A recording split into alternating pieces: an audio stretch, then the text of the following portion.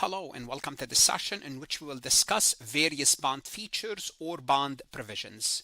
In the prior session, we discussed many types of bonds. And the reason we have many types of bonds is because bonds are a form of a contract. Contract means what? It means you can input anything in that contract as long as the lender and the borrower agrees, then we are good to go because it's an agreement between two parties. And we could have many types of bonds, and within these bonds we could have different provisions.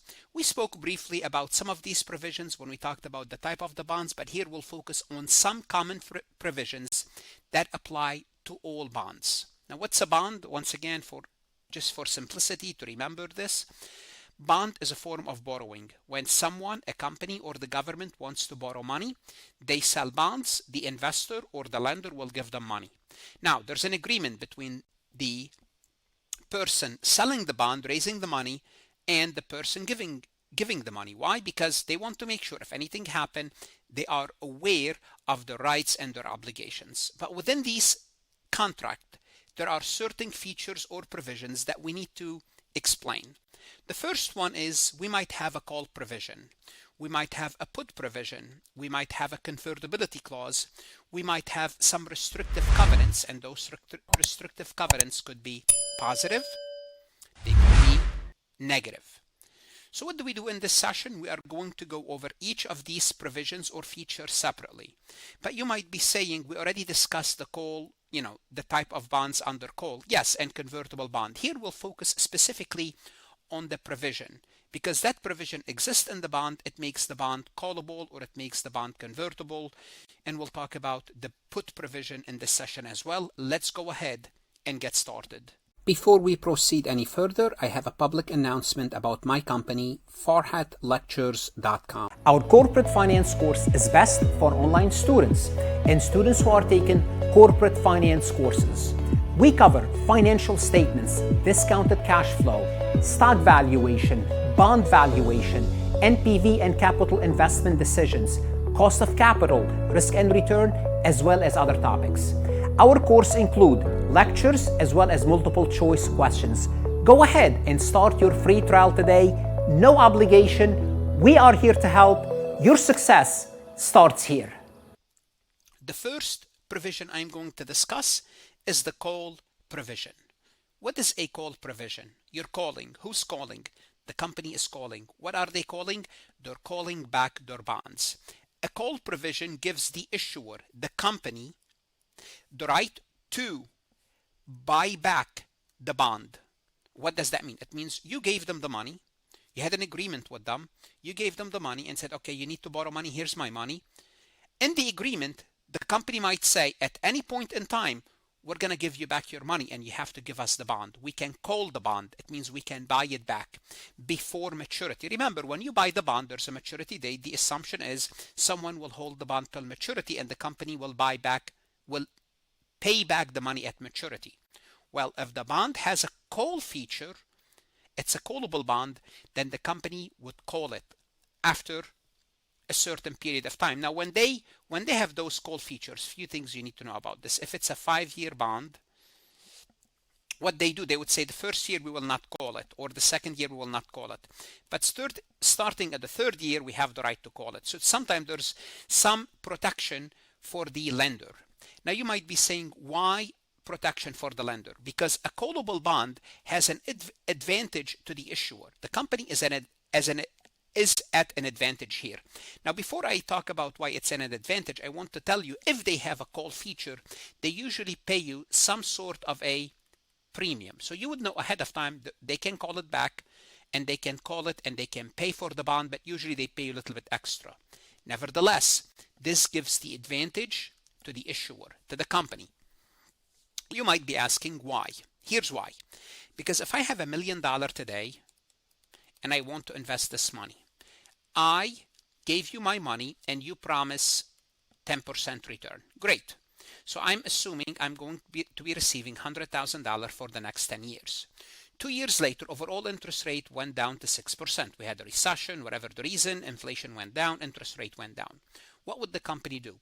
The company will buy back the 10% bond and they will issue new bond at 6%. Now they gave me back my money, But the problem is, now if I want to invest my money, I can only invest it at 6%, giving similar bonds. We're assuming I want to invest in this risk profile. I want to invest my money in similar bond. So if interest rate declines, the issuer can refinance the bond by calling it back and reissuing new bond at 6%, thus saving interest expense.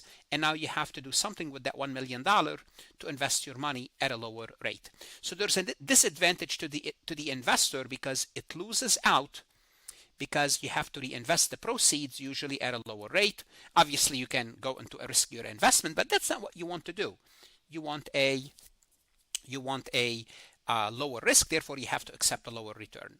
So to accept this risk, here's what's going to happen. Investors require a higher rate of return. So when you buy a callable bond, it means when you lend your money to a company that has a callable bond feature, you would ask for a higher yield. Why? Because you are taking more risk. You want to get as much money up front, because at some point they might call it back. So you want to recoup your return or get as much of your return as soon as possible. So that's that. And but why? Because you are taking an uncertainty. To summarize it, the issuer benefit from flexibility while the investor face reinvestment risk.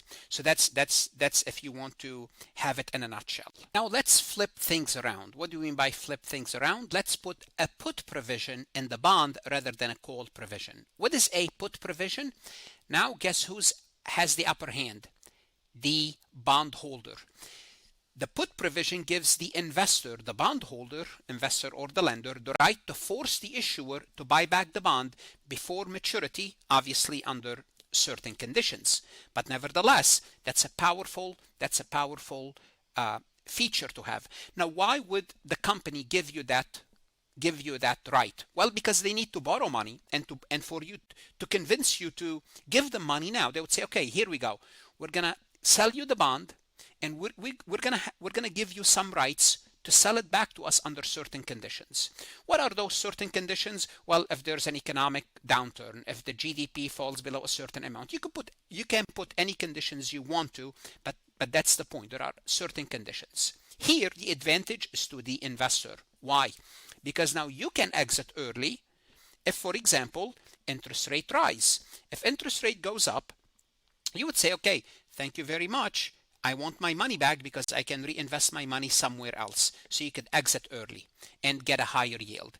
The issuer violate the covenant or experience downgrade. For example, one of the conditions could be that if your credit rating gets downgraded means, you remember we talked about bond rating, you might have AAA and Moody's might say, now you have a credit rating of AA. If you don't know what I'm talking about, bond rating, see my bond rating in this chapter, the lecture for bond rating in this chapter or in this series. Go to Farhat lectures, obviously. That's what we mean by downgraded. Or you violated the covenants. What are the covenants? We'll talk about the covenant later. You violated some agreement. Other unfavorable condition develop. You could put any conditions you want to, as long as those conditions are spelled out. So how does it work? The repurchase price may be predetermined based on a formula stated in the agreement, in the indenture. The indenture, remember, it's the agreement between the two. So the disadvantage to the issuer here, it creates uncertainty for the issuer and may lead to liquidity pressure if many bonds are put back. What does that mean? It means many people can go back at the same time and try to do what? Sell their bond. It means ask for their money back, sell their bonds back to the company. And if the company don't have money, then guess what? They are in trouble. That's why it puts them under liquidity pressure. The advantage to the issuer. Think of the put as the opposite of the call. So a summary, this is an investor-friendly provision. So puttable bonds will offer a lower yields than non-puttable bond. Of course, because they're giving you additional feature. When you get features, you're going to get lower yield. Why? Because they're giving you something, and that's why they don't want to pay you a higher yield, because they're telling you, look, we cannot afford to pay the yield, but we can offer you something else. We can offer you some sort of a put provision.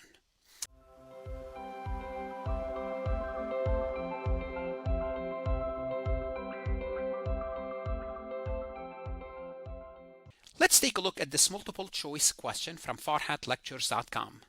illustrating the various bond features. Which of the following best explain why investors demand a higher yield on callable bonds compared to the non-callable bond? Simply put, why would we want a higher interest rate when we are buying a callable bond from the issuer?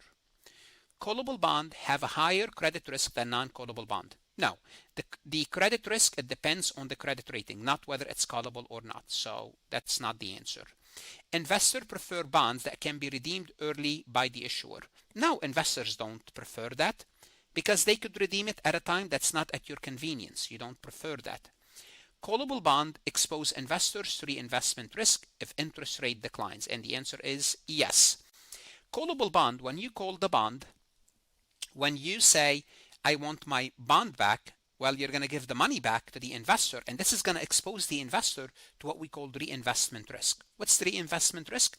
The interest rate overall went down.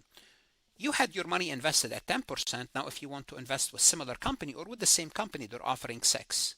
And the reason they called it back because interest rate went down, or the ratings went up. Because the ratings went up, their interest rate went down.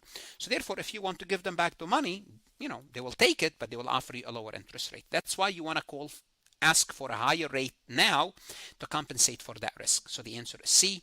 The callable bonds allow investors to convert bond into equity. That's not callable.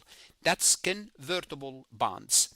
What should you do now? Whether you are an accounting student, finance, CPA, CMA, CFA, studying for a professional certification, go to farhatlectures.com. Look at additional resources. The best investment you can make is invest in yourself. Good luck, study hard, and of course, stay safe.